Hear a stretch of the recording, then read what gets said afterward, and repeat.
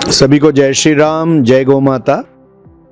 मिलिंद परांडे, संगठन महामंत्री, विश्व हिंदू परिषद।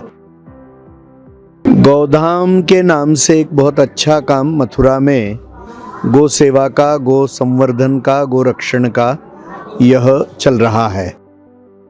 वैसे हम देखेंगे तो आज पूर्ण देश भर में गोरक्षा के विविध प्रकार के कानून होते हुए भी उन कानूनों को तोड़कर हजारों गोवंशों की बहुत निर्ममता से हत्या की जा रही है। और हमारे शास्त्रों ने भी कहा है, हमारे साधु संतों ने कहा है कि जब तक गौ माता का खून यह भारत में बहते रहेगा तब तक यहाँ का पुण्य सफल नहीं होगा। और इसलिए गौ माता की रक्षा यह एक बहुत महत्व का कार्य है, क्योंकि इसका संबंध सीधा हमारे हिंदू होने से भी है।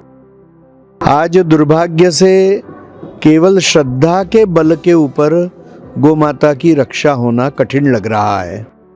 और इसलिए हमारे पूर्वजों ने गौ माता को कामधेनु क्यों कहा, इसके बारे में भी समाज का प्रबोधन आज करने की आवश्यकता है।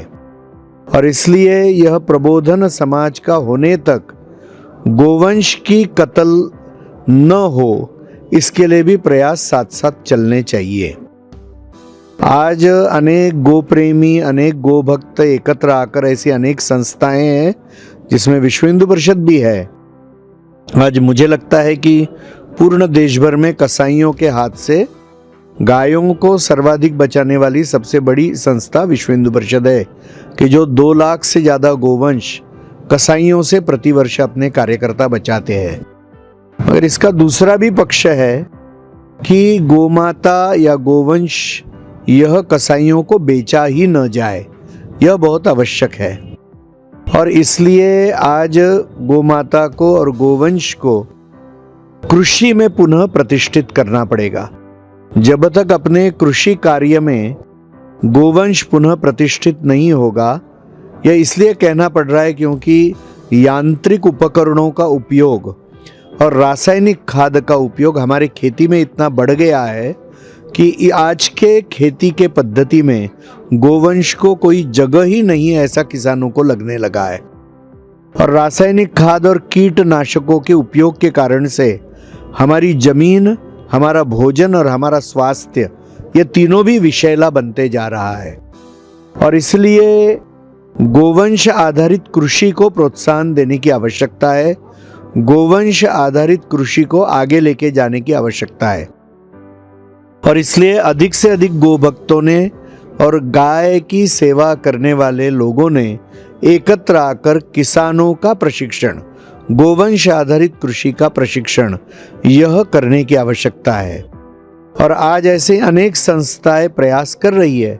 ऐसा होगा तो निश्चित रूप से गोमाता की भी रक्षा होगी, गोवंश की भी रक्षा होगी, हमारी जमीन भी पुनः जो विषैली बन रही है वो शुद्ध हो जाएगी, हमारा भोजन भी शुद्ध हो जाएगा और गोमाता की रक्षा पूर्ण इसमें से हो जाएगी।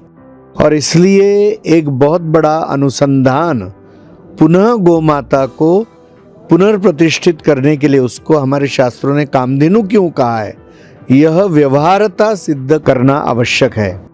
और फिर समाज प्रेमी जितने भी है, जो इस देश के बारे में, अपने सनातन संस्कृति के बारे में, अपने सनातन हिंदू धर्म के बारे में चिंता करते, इन्होंने भी गोमाता का महत्व सतत बताने की आवश्यकता है। हमारे मंदिर, हमारे पूजनीय साधु संत, हमारे पुजारी, इन्होंने भी यह विषय निरंतर प्रबोधन का विषय लेकर चलाना चाहिए। राज्यों में और केंद्र के स्तर पे योग्य कानून भी पारित करने चाहिए। और आज गोवंश की जो बहुत बड़े प्रमाण में तस्करी हो रही है, कि जहां पे अनेक जगह पर पुलिस की मिलीभगत के बिना ये तस्करी हो ही नहीं सकती है, तो कठोरता से गोवंश रक्षा के सारे कानून, इनका पालन भी करवाना चाहिए, योग्य कानून बनाने भी चाहिए।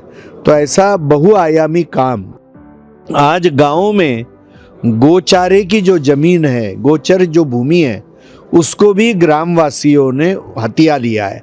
तो उससे उनको मुक्त करके गोवंश के लिए जो जमीन आरक्षित की गई है ग्राम पंचायतों में, उसको मुक्त करेंगे तो बहुत सारी समस्याएं यह गोरक्षा के सामने की यह दूर हो जाएगी। तो ऐसा एक बहुआयामी काम, जागरण का, कानून में परिवर्तन, प्रत्यक्ष समाज का प्रशिक्षण और प्रत्यक्ष गोरक्षा, ऐसा बहुआयामी काम आज करेंगे तो ही गोरक्षा यह संभव दिखती है और उसके लिए सभी ने प्रयास करना चाहिए, यह मैं आह्वान करता हूँ। जय गौ माता।